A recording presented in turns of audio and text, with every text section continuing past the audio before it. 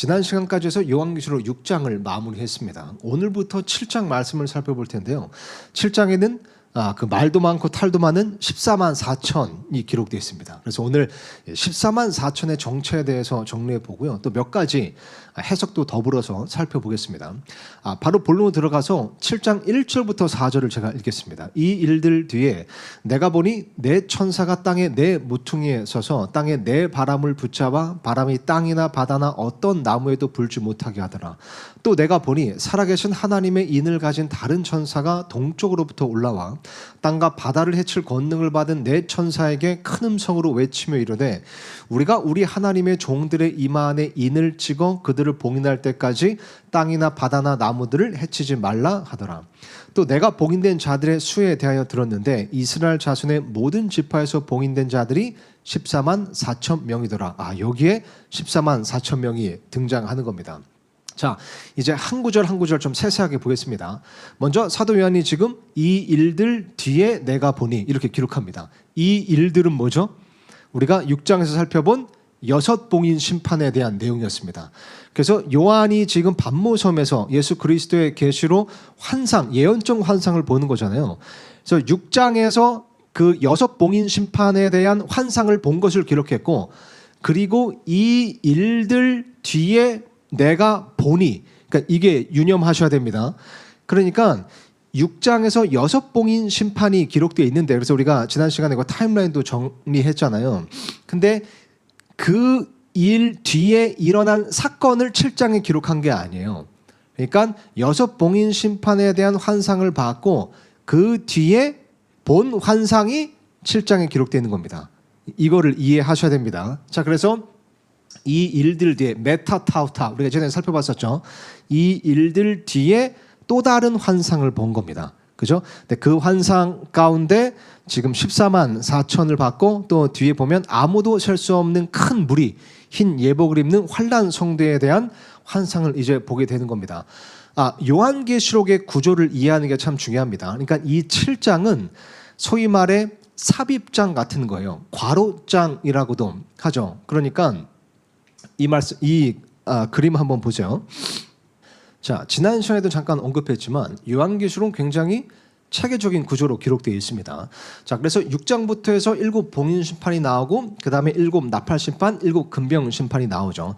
근데 주의하셔야 될 것은 이게 요한계시록에 기록된 순서이지 일이 일어나는 순서는 아니에요. 그러니까 7 봉인 심판이 끝나고 난 다음에 7 나팔 심판이 이루어지고 7 나팔 심판이 끝나고 나야 7 금병 심판이 이루어지는 게 아닙니다. 이것은 7번째 봉인 심판 강의 때 제가 좀 더 세세하게 설명하겠지만, 어쨌든 지금 물론 이 각 심판 안에서는 순서대로 일어나긴 하지만 이 봉인 심판, 나팔 심판, 금병 심판이 순서대로 일어나는 건 아니라는 겁니다. 예를 들면 7 봉인 심판 같은 경우도 보면 요한계시록 5장 말씀에 묘사되어 있는 것을 볼 때 이걸 알 수 있어요. 그러니까 7 봉인이 한 권의 책에 봉인이 되어 있는 겁니다. 그러니까 첫 번째 봉인이 되어 있는 첫 번째 책이 있고 두 번째 봉인이 되어 있는 두 번째 책, 이렇게 7권의 책이 있는 게 아니에요. 한 권의 책에 7 봉인이 있는 겁니다. 그럼 그 책을 열려면 어떻게 되죠? 7 봉인을 한꺼번에 한 번에 열어야 되는 겁니다. 그죠? 그렇게 됐을 때 책이 열리면서 요한계시록에 기록된 7년 환란기의 개요가 이제 나타나는 거고, 그렇게 되면 이 봉인 심판, 각 봉인 심판 같은 경우 이게 시간 순서에 따라 열리는 게 아니라 한 번에 다 열린 것이 순서에 따라 이루어지는 거죠. 그러니까 이렇게 이해하시면 됩니다. 자, 근데 이제 이 괄호장, 그 삽입장에 대해서 좀 설명을 드리려고 하는데, 요한계시록에는 총 5번의 삽입장이 나옵니다. 그러니까 그 삽입장은 약간 보충 설명 같은 거예요. 한번 보세요.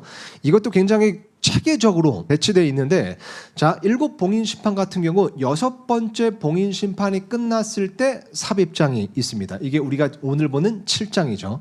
그리고 7번째 봉인 심판에 대한 기록이 있어요. 그리고 그것으로 인해서 7 나팔 심판이 나오는데, 마찬가지로 7 나팔 심판도 6번째 나팔 심판이 끝나고 삽입장이 들어갑니다. 그리고 난 다음에 7번째 나팔 심판, 그리고 또 삽입장이 하나 더 있습니다. 그러면서 7 금병 심판이 기록되어 있는데 이것도 마찬가지로 6번째 금병 심판이 끝나고 삽입장이 있고 7번째 금병 심판이 끝나고 또 삽입장이 하나 있습니다. 그리고 또 하나 특징은 요 삽입장이 그 전장의 내용에 대한 보충 설명일 경우가 대부분이라는 겁니다. 그러니까 요 삽입장은 요 6장의 내용, 그리고 요 삽입장은 이 전장의 내용을 보충 설명해 주는 내용이라는 거죠. 그래서 이렇게 이제 5번의 괄호장, 5번의 삽입장이 있다는 것을 좀 염두에 두시면 좋습니다. 자, 이것을 기억할 때 여러분 기억하세요. 6장이 어떻게 끝났죠? 6장이 보면 17절이 끝절인데 이렇게 끝나요. 그분의 진노의 큰 날이 왔으니, 이것을 우리 지난 시간에 살펴봤죠. 이 진노의 큰 날은 7년 환란기 전체의 기간을 의미한다고 볼 수도 있다고 그랬습니다. 그래서 그 7년 환란기가 왔으니 누가 설 수 있겠느냐 하더라, 이렇게 6장이 끝나요. 그리고 7장 삽입장 괄호장이 들어가는 거죠. 근데 그 괄호장은 전장에 대한 보충 설명이기도 합니다. 그러니까 6장의 환란 성도에 대한 이야기가 언급되잖아요. 그러니까 7장에서 그 환란 성도가 누군지를 보충 설명해 주는 겁니다. 더 나아가서 6장의 끝절이 환란기 때 누가 설 수 있겠느냐 질문으로 끝나죠. 그러니까 환란기 때 서게 되는 사람, 설 수 있는 사람들에 대한 기록이 7장에 있는 겁니다. 그래서 보면 봉인된 자들이 14만 4천 명, 딱 7장에서 나오는 거죠. 왜냐하면 7년 환란기 때 사실 아무도 설 수 없는데 이 14만 4천은 7년 환란기 끝까지 버틸 수 있습니다. 왜냐하면 이들은 봉인된 자들로서 보호받는 자들이기 때문에 그렇습니다. 이것은 차차 오늘 좀 살펴볼 겁니다. 어쨌든 요한계시록 구조가 그렇다는 걸 좀 이해하시고요. 그래서 이 일들 뒤에 내가 보니, 자, 사도 요한이 이제 환란 성도에 대한 환상을 보는 겁니다. 보니까 네 천사가 땅에 네 모퉁이에 섰대요. 그러니까 4명의 천사가 땅의 동서남북, 그러니까 사방에 이제 서게 된 거죠. 자, 그리고 또 보니까 땅에 네 바람을 붙잡아 바람이 땅이나 바다나 어떤 나무에도 불지 못하게 하더라. 이것도 좀 흥미로운 대목이네요. 그러니까 이 천사가 바람을 잡고 있대요. 그래서 땅이나 바다나 어떤 나무에도 불지 못하게 하고 있다는 겁니다. 이게 실제로 이 시점에서 바람이 전혀 불지 못하도록 하는 일의 묘사일 수도 있고, 아니면 3절 말씀 보면 그들을 봉인할 때까지 땅이나 바다나 나무들을 해치지 말라. 그러니까 이 바람은 재앙 혹은 하나님의 심판을 의미하는 바람인 겁니다. 실제로 예레미야 49장 혹은 다니엘 7장에 보면 바람이 심판의 표징, 상징으로 묘사가 되어 있습니다. 그렇게 봤을 때 이 말씀과 비교해 보니까 이 4명의 천사가 지금 사방에서 바람을 붙잡고 있는데 이것은 땅이나 바다나 나무들을 해치는 재앙, 심판인 거죠. 그래서 그 심판을 지금 보류하고 있는 겁니다. 붙잡고 있는 겁니다. 자, 그런데 왜 그런가 보니까 또 내가 보니 살아계신 하나님의 인을 가진 다른 천사가 동쪽으로부터 올라오니까 4명의 천사 말고 또 다른 천사가 동쪽에서 온다는 겁니다. 이단들이 이 동쪽 좋아하죠. 특히 한국 이단들이 이 동쪽이 바로 이 동방예의지국인 대한민국을 얘기하는 거다. 그래서 이제 내가 그 천사고 혹은 내가 그 천사가 봉인한 그 뭐 재림예수다 뭐 이런 식으로 이제 가는 겁니다. 근데 성경에서 이 동쪽이라는 방향에 대해서 얘기할 때 이것은 대부분 긍정적인 혹은 좀 경건한, 그러니까 하나님과 관련된 방향의 묘사이기도 하고요. 혹은 실제적으로 지금 이 하나님의 인을 가진 천사잖아요. 근데 그 인을 가진 천사가 이스라엘 자손의 모든 지파에서 봉인을 하는 겁니다. 그러니까 이스라엘 사람들을, 유대인들을 봉인하는 거잖아요. 그렇게 봤을 때 지금 사도 요한이 어디에서 환상을 보고 있죠? 반모섬. 그러면 반모섬으로부터 동쪽에 예루살렘이 있습니다.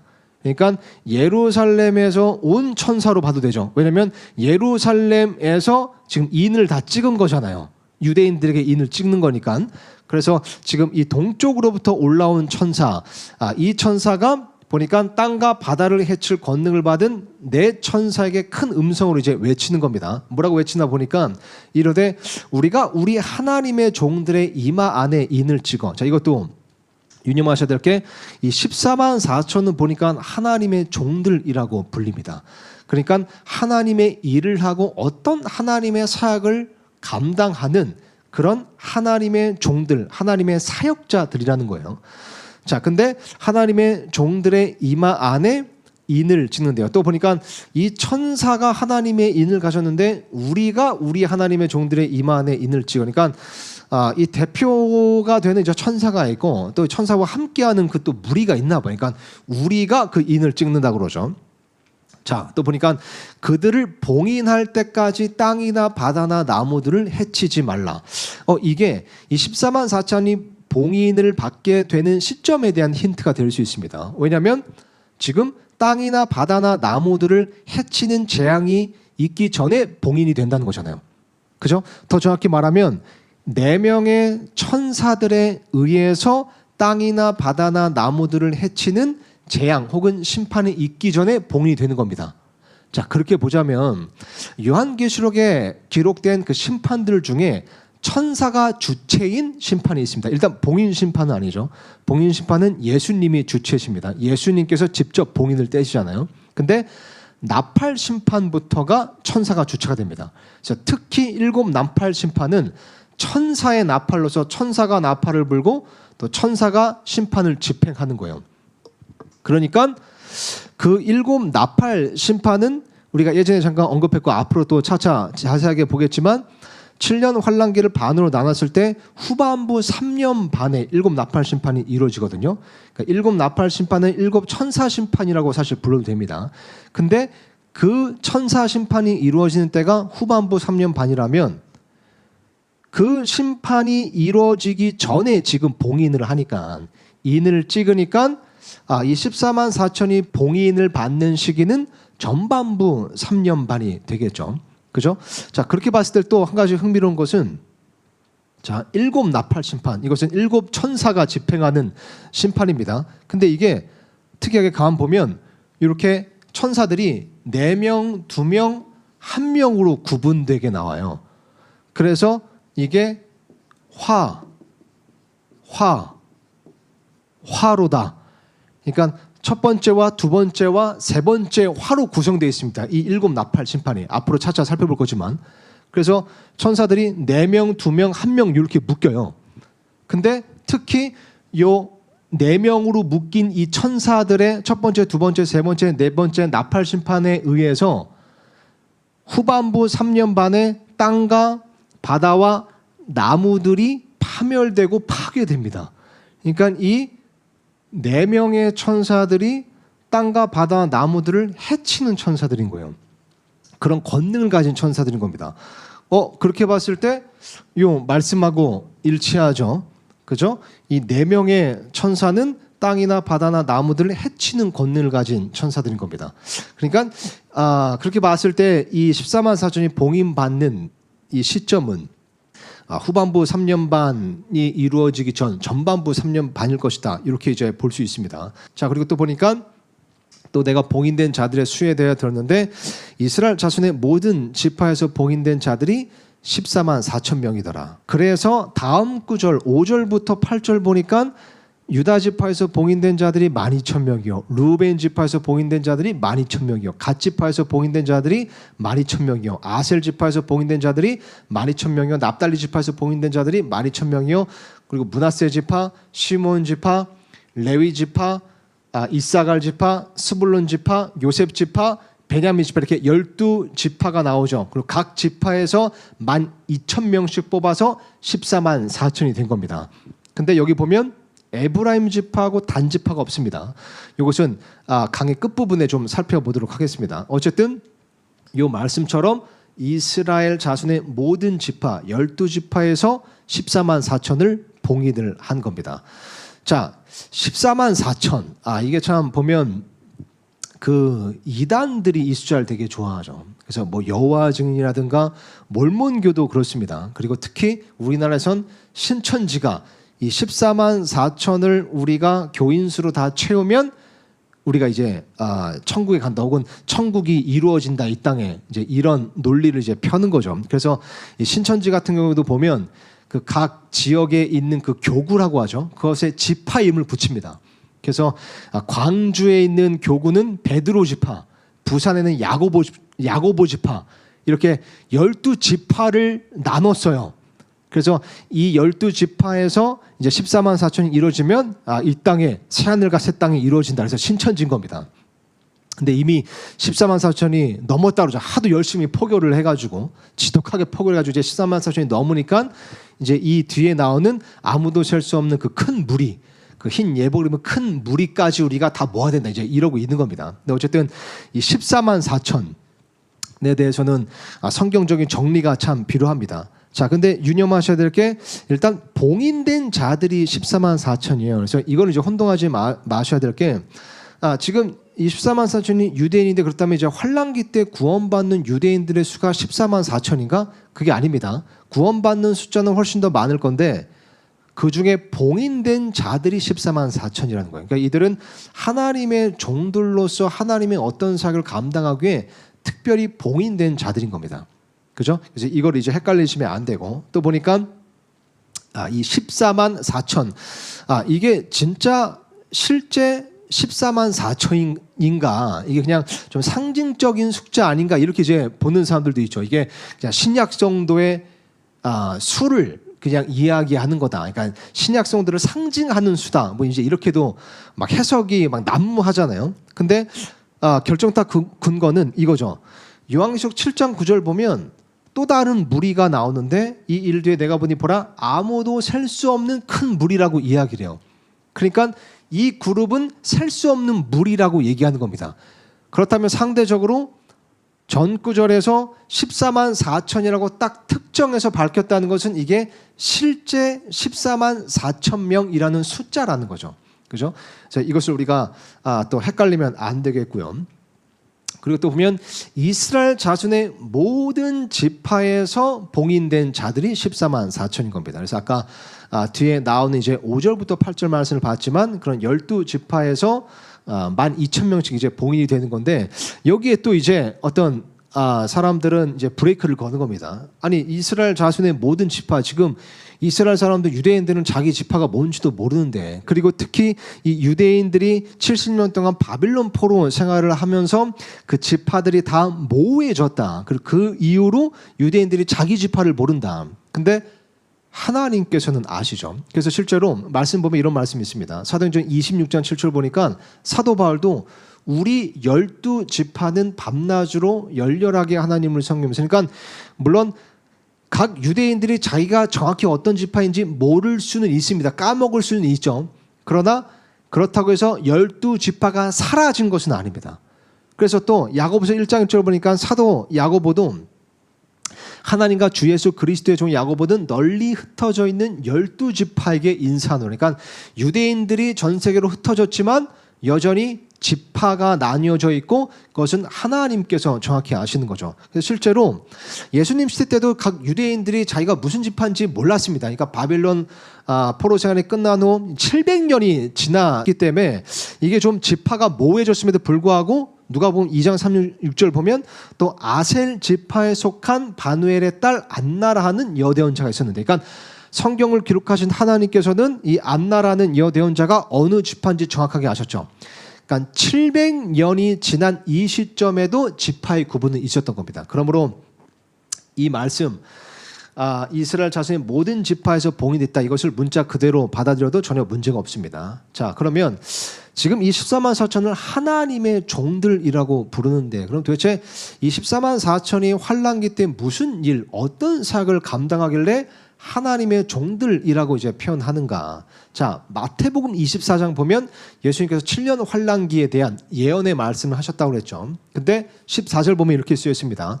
왕국의 이 복음이 모든 민족들에게 증언으로 온 세상에 선포되리니 그제야 끝이 오리라. 7년 환란기에 대한 말씀인데 그 7년 환란기 때도 복음, 물론 왕국의 복음이죠. 은혜의 복음과 조금 차이가 있습니다. 본질은 당연히 같지만 근데 이 왕국의 복음을 널리 온 세상에 전파하는 사람들이 있을 것이고 그렇게 전파되어야 끝이 온다는 겁니다. 그러니까 7년 환란기 때는 굉장히 무섭고 두려운 기간인데 그때도 복음을 선포하는 일이 있고 복음을 선포하는 사역자들이 있다는 거예요. 근데 7년 환란기 때는 굉장히 극심한 환란과 또 적그리스도의 핍박이 있기 때문에 아무나 이 일을 감당할 수는 없겠죠. 그래서 이 일을 감당하는 사역자들을 봉인하여서 보호하시는 겁니다. 그렇게 봤을 때 14만 4천이 이 사역을 감당하는구나 라는 것을 알 수가 있습니다. 그래서 보자면 예수님께서 승천하신 후에 온 세상에 복음을 1차적으로 전파한 사람들은 유대인들이었죠.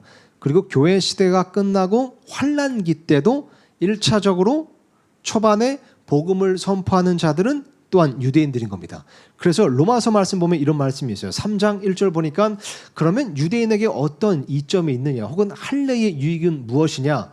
그러니까 사도 바울이 모든 면에서 많은데 주된 이유는 그들에게 하나님의 말씀들이 맡겨졌다는 것이라.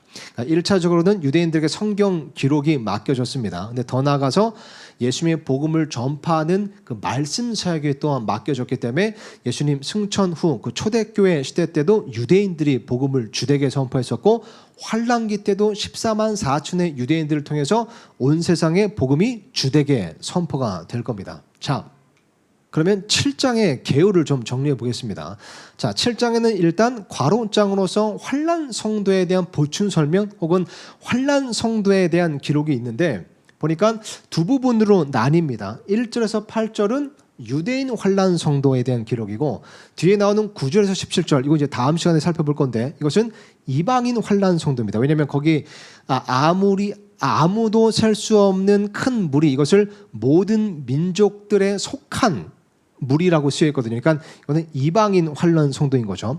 근데 좀 더 디테일하게 보자면 그 1절에서 8절에 나오는 유대인 환란 성도는 봉인된 유대인 14만 4천인 겁니다. 그러니까 구원받은 유대인 환란 성도가 아니라 그 중에서 봉인된 자들만 1절에서 8절에 기록된 겁니다. 9절에서 17절은 아무도 셀 수 없는 큰 무리라고 해서 흰 예복을 입고 있는 그리고 모든 민족들에 속한 이방인 환란 성도가 되는 거죠.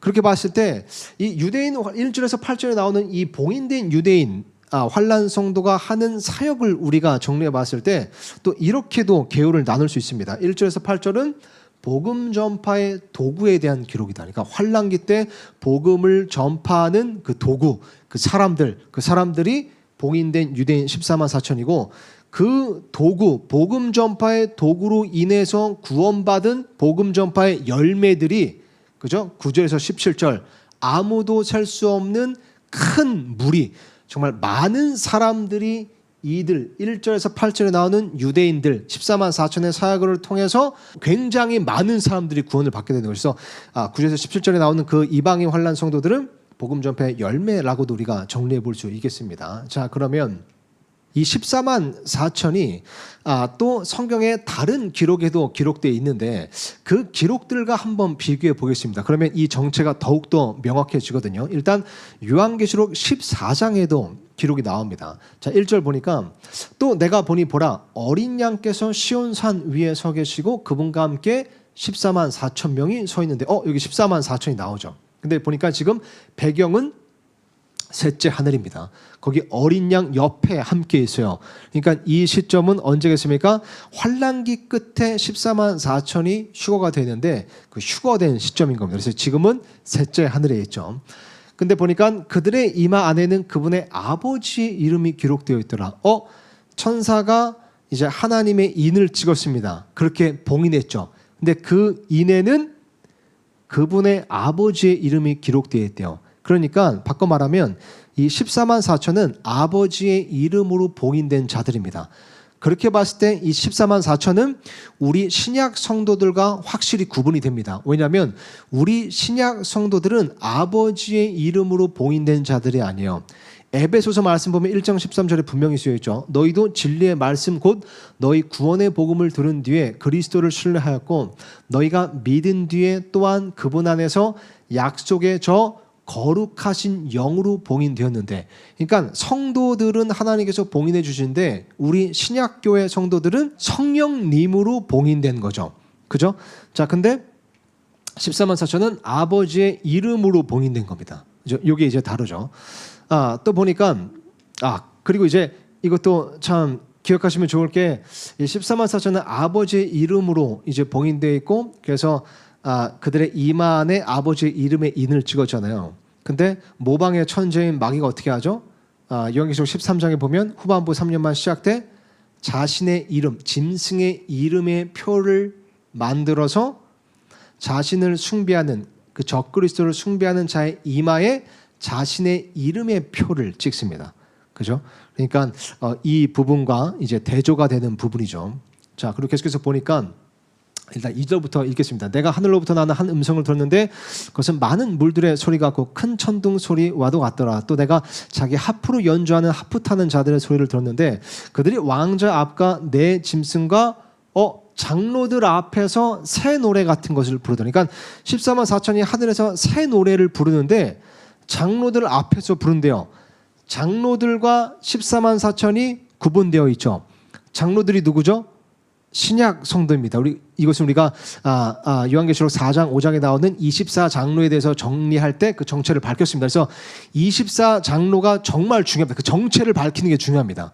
그러니까 그들이 우리 신약 성도에 대한 상징으로 본다면 신약 성도와 14만 4천이 구분되는 거예요.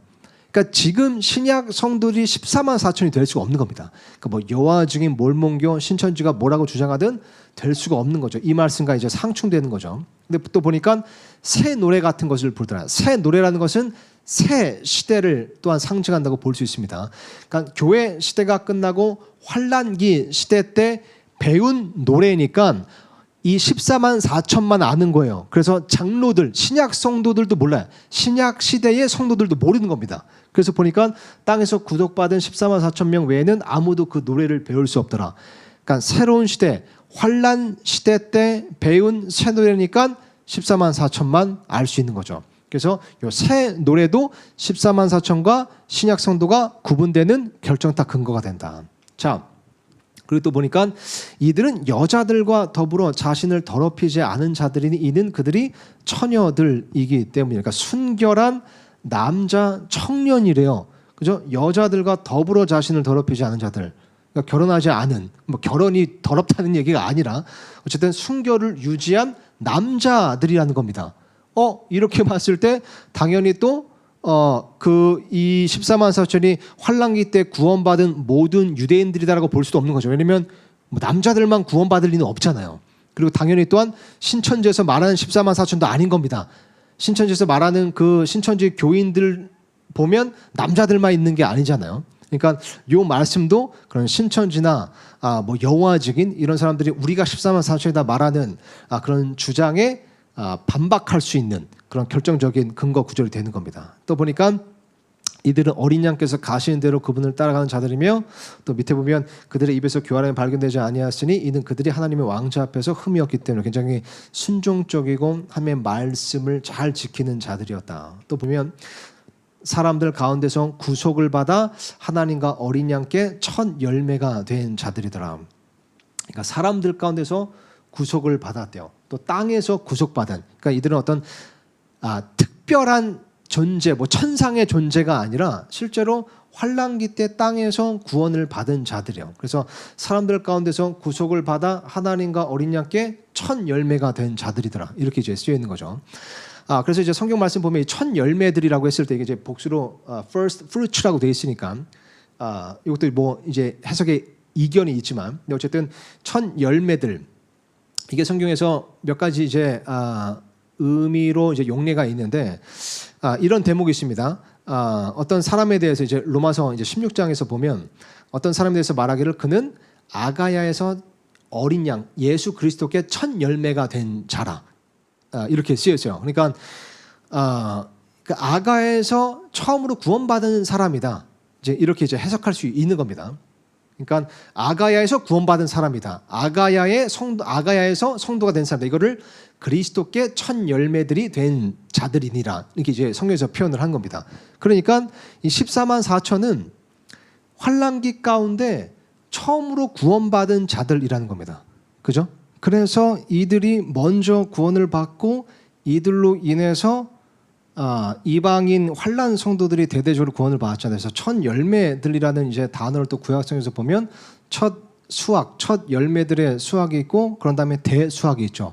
그러니까 이들로 인해서 이제 대수확, 이방인 환란 성도들의 큰 수확이 있게 되는 그런 환란기에 구원받는 순서를 또한 보여주는 것이기도 합니다. 그래서 이 14만 4천은 하나님과 어린 양께 첫 열매가 된 자들이더라. 그러니까 그 환란기 때 처음으로 구원받은 자들, 이렇게 이제 보면 되죠. 그리고 그들로 인해서 또 많은 이방인들이 구원받게 되는 겁니다. 이 첫 열매에 대해서는 또 다른 이제 해석이 있는데 그거는 이제 이 강의 끝 부분에 좀 설명을 하겠습니다. 자, 근데 또 이 첫 열매가 사실 이렇게도 볼 수 있습니다. 이게 또 다른 성경 구절에 보면 그러니까 이스라엘의 별칭 같은 거예요. 이 말씀 한번 보죠. 예레미야 2장 3절 보니까 이스라엘은 주에게 거룩한 것이요 그의 소출의 첫 열매였으니, 그러니까 이스라엘을 하나님께서 첫 열매들이라고 부르시는 겁니다.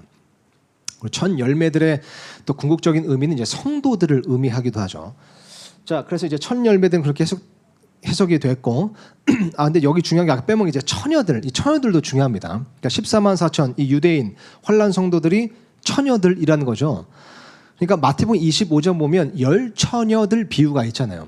그러니까 성경에서 특히 예수님께서 말씀하신 비유에서 예수님의 신부인 신약교회 성도들은 처녀들이 아니라 한 처녀로 묘사합니다. 근데 보면 그 마태복음 25장에 나오는 열 처녀도 그렇고 이 환란 성도들, 특히 유대인 환란 성도들을 처녀들이라고 말하죠. 그래서 그 마태복음 25장이 누가복음 12장과 대꾸를 이루는데 누가복음 12장 보면 같은 시점에 대한 비유로 이런 대목이 있죠. 신랑이 결혼식에서 돌아올 때에, 그러니까 신랑은 이미 신부와 결혼식을 다 치른 거예요. 그리고 돌아올 때 열 처녀들이 등불을 가지고 기다리고 있는 겁니다. 그러니까 그 열 처녀들은 14만 4천 혹은 환란 성도들을 의미하는 비유다라고 이제 볼 수가 있는 거죠. 자, 넘어가겠습니다. 에스겔서 9장 말씀도 보면 이 14만 4천에 대한 참 놀라운 구절인데 1절부터 한번 보겠습니다.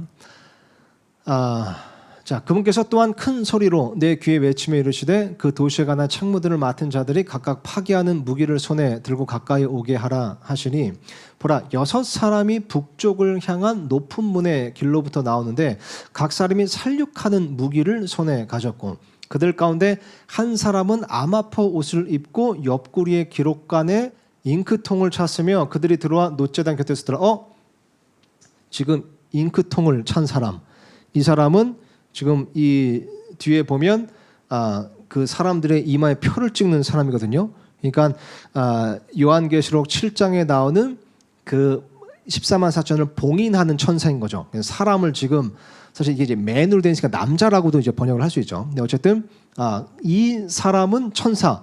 그러니까 요 6사람은 다 천사인 것을 알 수 있죠.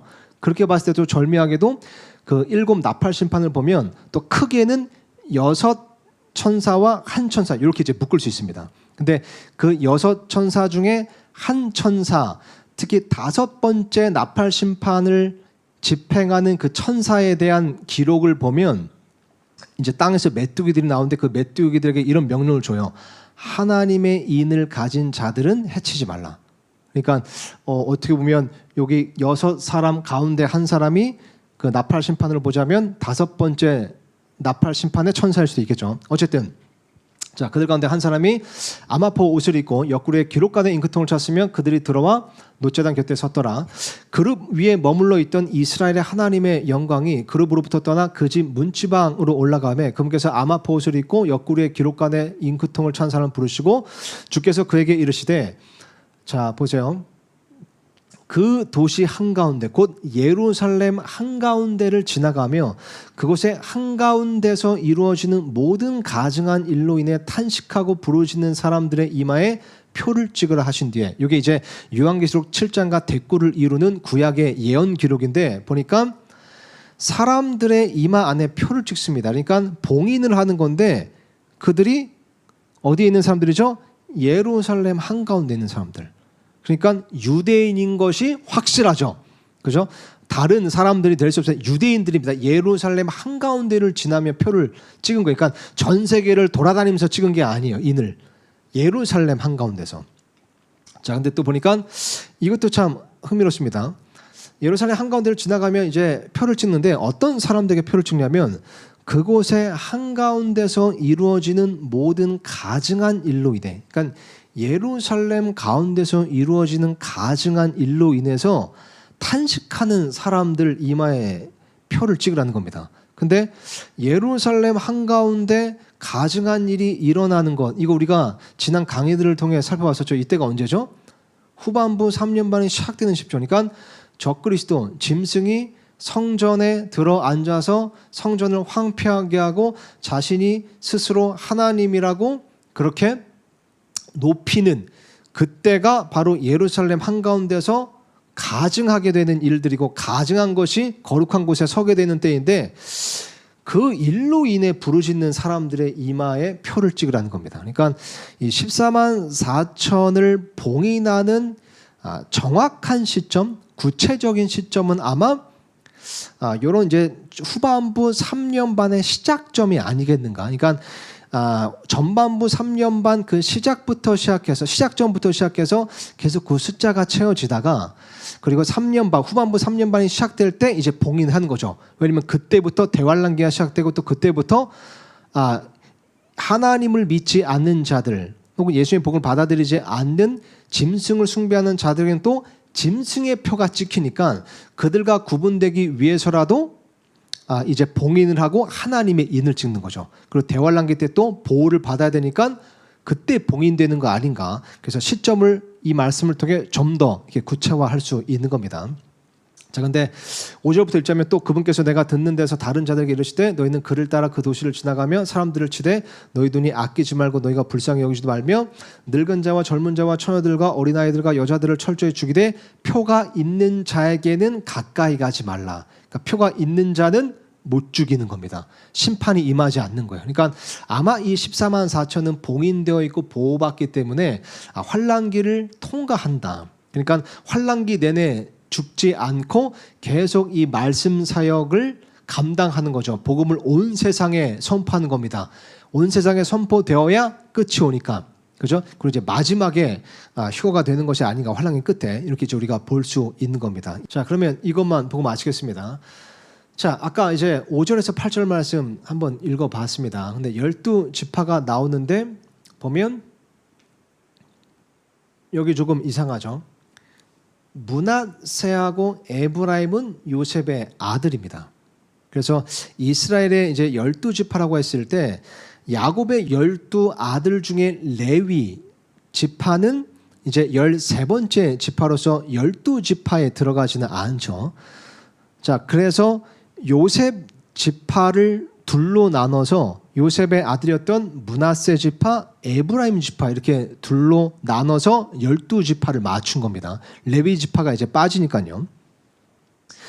자, 그런데 보니까 이제 므낫세 지파고 에브라임 지파여야 되는데 에브라임 지파가 빠지고 대신에 요셉 지파 이렇게 이제 묘사가 되어 있습니다. 그죠? 그리고 또 하나 보면 레위 지파가 오히려 또 들어와 있어요.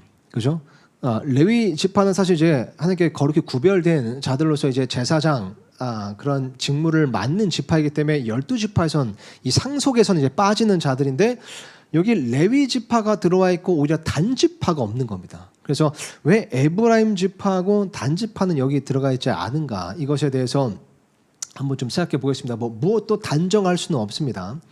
자, 근데 일단 이들의 이름이 좀 흥미로워요. 그러니까 에브라임과 단, 그러니까 단의 이름은 심판이라는 뜻이고 에브라임은 수가 증가한다 이런 뜻이래요. 그러니까 또 이렇게도 이제 사람들이 해석하는 겁니다. 요 봉인된 14만 4천은 심판하기 위한 존재가 아니라 오히려 복음을 선포해야 되는, 그래서 화평의 복음을 선포해야 되는 자들이기 때문에 단은 이름 이제 심판이라 뭔가 맞지 않아서 빠졌나? 또 이제 요 14만 4천 딱 14만 4천은 끝나야 되잖아요. 그러니까 수가 증가하면 안 되잖아요. 그러니까 이제 수가 증가한다라는 뜻을 가진 이름의 이제 에브라임은 또 빠졌나? 근데 요건 조금 저는 조금 비약적인 것 같습니다. 근데 요 에브라임 지파하고 단 지파의 공통점이 있습니다. 예전에 거인들의 골짜기라는 그런 설교 통해서 좀 세세하게 설명한 적이 있는데 보면 이스라엘 백성이 가나안 땅을 정복했을 때 그 가나안 땅에서 처음으로 우상 숭배를 창시하고 들여온 지파가 에브라임 지파하고 단 지파예요. 그래서 에브라임 지파하고 단 지파는 이스라엘 우상 숭배의 온상이고 또 근원지였습니다. 그래서 황금 송아지가 단과 베델에 이제 두 군데의 황금 송아지가 세워졌었는데 그 중에 베델은 또 에브라임 지파가 또 나중에 정복을 하죠. 그러니까 에브라임과 단 지파의 황금 송아지가 세워졌던 그런 이력이 있고, 또 사사기 17장에 보면 에브라임 지파의 미가라는 사람이 처음으로 우상 형상을 만듭니다. 그리고 레위 청년 한 명을 데려다가 너가 우리 집안의 제사장이 되라. 그러면서 심지어 너가 우리 집안의 제사장과 아버지가 되라 그래요. 그러니까 어떤 사제, 제사장을 father, 아버지라고 부르기 시작한 처음의 사람인 겁니다. 그러니까 로마 카톨릭 교회가 그렇잖아요. 로마 카톨릭 교회가 사제, 신부, 교황을 father이라고 부르잖아요. 그러니까 어떻게 보면 로마 카톨릭 대배교 종교의 어떻게 보면 그 근원인 겁니다. 이 기원인 거죠. 이 미가가. 근데 그게 미가가 에브라임 지파 소속이었습니다. 그러다가 18장에 보면 단 지파가 그 미가가 제사장으로 세웠던 레위 청년을 납치하죠. 그리고 미가가 만들었던 형상들, 우상들을 또 훔쳐갑니다. 그래서 단 지파의 신은 종교를 만들어요. 그러니까 이 에브라임 지파하고 단 지파는 이스라엘 우상 숭배의 온상이었고 근원지였다. 그렇기 때문에 아마 여기서 그 둘이 빠진 거 아닌가, 이렇게도 보는 겁니다. 근데 사실 이제 요셉 지파, 에브라임 지파는 이렇게 쉽게 좀 해결할 수 있어요. 이 에브라임 지파가 에스겔서 37장 보면 에브라임이 요셉이라고 불리기도 합니다. 정확히는 이제 에브라임의 막대기 요셉 이렇게 돼 있거든요. 그래서 여기 이제 므낫세 에브라임인데 에브라임 대신 이제 요셉이란 이름을 넣은 거다. 이게 사실 에브라임 지파인데, 근데 요셉이라고 이름을 대체한 이유는 어쩌면 그 우상 숭배 때문일 수도 있지만, 그러면 이제 단지파는 뭐냐? 단지파는 확실히 빠져 있잖아요. 그죠? 왜 단지파는 확실히 빠져 있을까? 이것에 대해서 창세기 49장에 보면 야곱이 자신의 12아들을 축복할 때 이런 단에 대한 이런 예언을 합니다. 단을 축복할 때 이런 예언을 해요. 단은 이스라엘 지파들 중 하나로서 자기 백성을 재판하리라. 단은 길가의 뱀이요 행로의 독사로서 말발굽을 물어 그 위에 탄 자가 뒤로 떨어지게 하리라. 그리고 오 주여 내가 주의 구원을 기다렸나이다. 그러니까 단지파를 축복할 때는 우리 축복은 좋은 말만 해야 되잖아요. 근데 단은 뱀이다, 독사다, 말 위에 탄 자를 떨어뜨린다, 이런 예언을 하고 또 오 주여 내가 주의 구원을 기다렸나이다. 이것은 사실 재림과 관련된 예언이거든요. 그러니까 이 단지파에 대한 축복, 이 예언은 조금 특별한 겁니다. 그렇게 봤을 때 요한계시록 13장에 나오는 그 적그리스도, 그 짐승이 다니엘서 말씀과 좀 비교해 봤을 때 유대인 혈통일 것이라고 보여요. 그러니까 이 짐승 적그리스도는 아시리아 혈통이기도 합니다. 그러니까 혈통이 굉장히 복잡한 사람이에요. 근데 또한 유대인 혈통으로 보이거든요. 그렇게 봤을 때 그러면 유대인이라면 어느 지파 안에는 소속된 유대인이어야 되잖아요. 근데 어쩌면 이 말씀을 근거로 이 짐승 적그리스도가 단지파에서 나오는 것이 아닌가. 그래서 환란기 때 14만 4천 중에는 단지파가 낄 수 없었던 것이가 이렇게 추측을 볼 수 있죠. 왜냐하면 이 17절 같은 경우는 사실 이제 적그리스도, 그 사탄에 대한 묘사잖아요. 그러니까 단지파가 왜 사탄, 마귀, 적그리스도와 관련이 있지? 그랬을 때 적그리스도가 단지파에서 오나? 그래서 14만 4천에서 빠졌나? 이게 이제 볼 수가 있는 겁니다. 게다가 근데 이게 에스겔서 이제 48장 보면 에스겔서 48장 이제 천년 왕국에 대한 기록인데 거기 보면 단지파도 상속을 받아요. 단지파가 또 나와요. 그러고 봤을 때 회복이 된 거죠, 단지파가. 근데 18절에 오 주여 내가 주의 구원을 기다렸나이다. 그러니까 예수님의 지상 강림 때 이 단지파도 이제 회복되는 일이 있어서 에스겔서 48장에 예언된 그 천년 왕국에 대한 기록에는 단지파가 또 들어가 있는 거 아닌가. 이제 이렇게 또 볼 수가 있는 겁니다. 자, 좀 흥미로운 해석 한 가지 더 소개하고 마치겠습니다. 이것은 제가 예전에 이제 미국의 몇 신학자들에게 들은 이야기의 이제 해석이기도 하고요. 또 얼마 전에 우리 이제 서준 형제님께서 한번 금요 모임 때 이제 강의로 해주신 내용인데 뭐 단정할 수 없지만 굉장히 또 흥미로운 부분이기도 합니다. 흥미로운 이제 해석이죠. 아까 이제 천 열매들 나왔잖아요. 그러니까 이 요한계시록 14장 말씀 보면 이 14만 4천을 천 열매들이라고 표현을 합니다. 근데 고린도전서 15장 말씀 보면 예수님에 대해서 이제 말씀하기를 제가 이건 성경책 한번 찾아볼까요?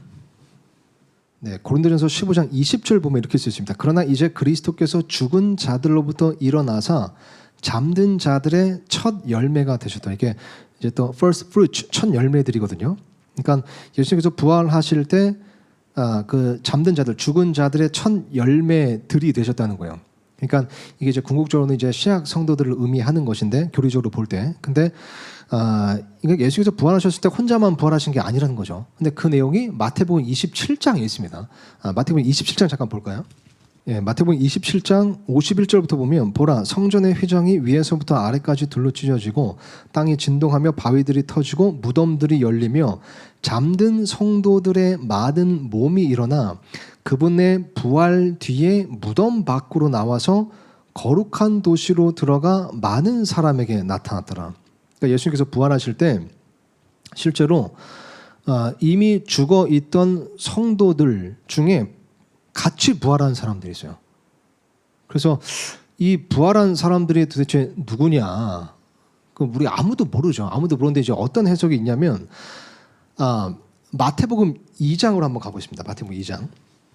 예, 죄송합니다. 이거는 제가 아까 이제 강의하다가 갑자기 생각나가지고 이거는 이제 슬라이드에 못 띄워놨습니다. 마태복음 2장에 보면 그 헤롯이 이제 그 예수님 악인 예수님을 죽이려고 그 지혜자한테 잘 물어가지고 2살 이하의 어린 아이들을 다 죽이잖아요. 이제 그 내용이 보면 16절 2장 16절 보니까 그때 헤롯이 자기가 지혜자들에게 우롱당한 줄 알고 심히 노하여 사람을 보내 자기가 지혜자들에게 부지런히 물은 때를 기준으로 베들레헴과 그곳의 모든 지경 내에 있는 2살 이하의 모든 아이들을 죽이니 이에 주께서 대언자 예레미야를 통해 말씀하신 것이 성취되니라. 그러니까 이게 또 이 대목도 예레미야 예언되어 있었다는 거예요. 근데 여기 보면 이제 그래서 헤롯이 베들레헴과 그곳의 모든 지경 내에서 2살 이하의 모든 아이들을 죽였대요. 근데 이게 이제 또 영어 문법으로 보면 이게 그곳의 모든 지경이라고 했을 때 이게 이스라엘에 있는 이제 코스트라고 나오거든요. 그러면 그 해안을 따라서 지파들을 나눴다는 것을 이제 참고해 볼 때 이게 단지 베들레헴에 있는 2살 이하의 아이들만 죽인 게 아니라 사실 이스라엘 전 지역에 있는 모든 지파들 중에 어린이들을 이제 죽인 거 아닌가 이렇게 보는데 모르겠어요. 저는 사실 그냥 베들레헴 안에 있는 모든 지경 내에 있는 2살 이하를 죽인 것처럼 이제 보이거든요. 근데 어쨌든 한번 이제 어떤 해석이냐면 계속 한번 들어보죠. 그러니까 이제 2살 이하의 모든 아이들을 죽였는데 헤롯이 남자 아이들만 죽였겠죠. 그죠? 예수님이 남자 아이라는 것은 알고 있었으니까 여자아이는 안 죽였을 겁니다. 근데 그게 예레미야서에 기록되어 있다. 예레미야를 통해 말씀하신 것이 성취되니라. 그래서 이제 18절에 라마에서 애통하고 슬피 울며 크게 애곡하는 소리가 들렸는데 이것은 라헬이 자기 아이들로 인해 슬피 우는 것이라. 그들이 잊지 아니함으로 그녀가 위로받기를 원치 아니하였도다 하셨느니라. 그러니까 보면 그 이제 이 기록이 예레미야서에 있다는 겁니다. 그래서 예레미야서 어디에 있냐면 51장으로 한번 가보겠습니다.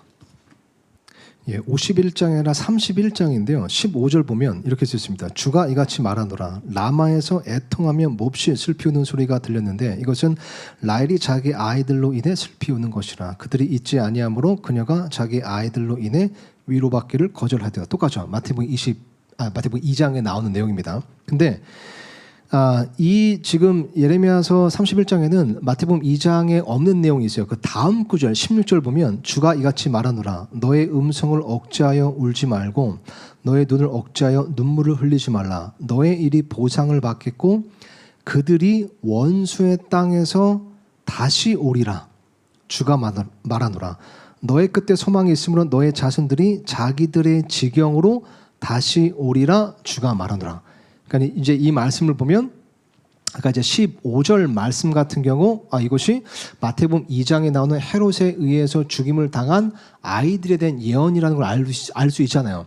근데 그 아이들에 대한 예언이 이어지는 10절, 17절에 보면 마치 원수의 땅에서 다시 오리라. 그러니까 마치 살아 돌아오는 것처럼 이렇게 묘사가 돼 있는 걸 이제 해석을 하는 겁니다. 근데 또 원수의 땅이래요. 그럼 이게 환란기에 대한 묘사와 좀 맞는 것 같잖아요. 환란기 때 이 죽은 아이들이 다시 돌아오는가? 그렇게 봤을 때 헤롯이 죽인 아이들은 다 남자 아이들이고 또 14만 4천은 다 남자들인데 또 여자들과 더불어 이제 더럽히지 않은 결혼하지 않은 순결한 이제 남자들. 그렇게 봤을 때 이 어린 아이들은 또 해당될 것이고. 그래서 원래 이들이 이제 셋째 하늘에 있다가, 그러니까 요한계시록 14장 말씀을 시간적으로 처음으로 먼저로 보는 겁니다. 그래서 원래 셋째 하늘에 있다가 이제 7장 7년 환란기 때 이제 시작 때 봉인을 받아서 이제 내려온다. 혹은 이제 다시 부활한다. 이제 그들이 이제 이스라엘 뿐만 아니라 이제 전 세계에서 복음을 전하는 자들이 되지 않겠느냐. 이제 이런 해석도 있습니다. 그래서 아까 이제 그 천 열매들에 대한 표현. 그래서 이제 아까 그 마태복음 27장 말씀에 예수님께서 부활하실 때 부활한 자들이 혹시 헤롯이 죽인 그 아이들이 부활한 거 아니겠느냐. 그래서 예수님이 승천할 때 그들이 같이 승천했고, 그리고 그들이 예레미야 31장 말씀처럼 다시 환란기 때 돌아오나? 그래서 이제 각 지파마다 12,000명씩 뽑은 건가? 이런 해석이 있긴 하지만 이것도 이제 좀 허점이 있긴 있습니다. 그죠? 예를 들면 아까 그 마태복음 27장 같은 경우는 잠든 성도들이 부활했다고 나오잖아요.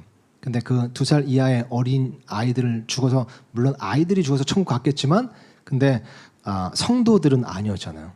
이제 그런 좀 맹점이 있어서 이거를 뭐 전통적인 해석으로 취하지는 않았지만 여러 이제 흥미로운 해석도 있다. 예, 그래서 오늘 14만 4천에 대해서 좀 이렇게 정리해 봤는데요. 다음 시간에 그 이후 이제 9절부터 나오는 환란 성도에 대해서 정리해 보겠습니다.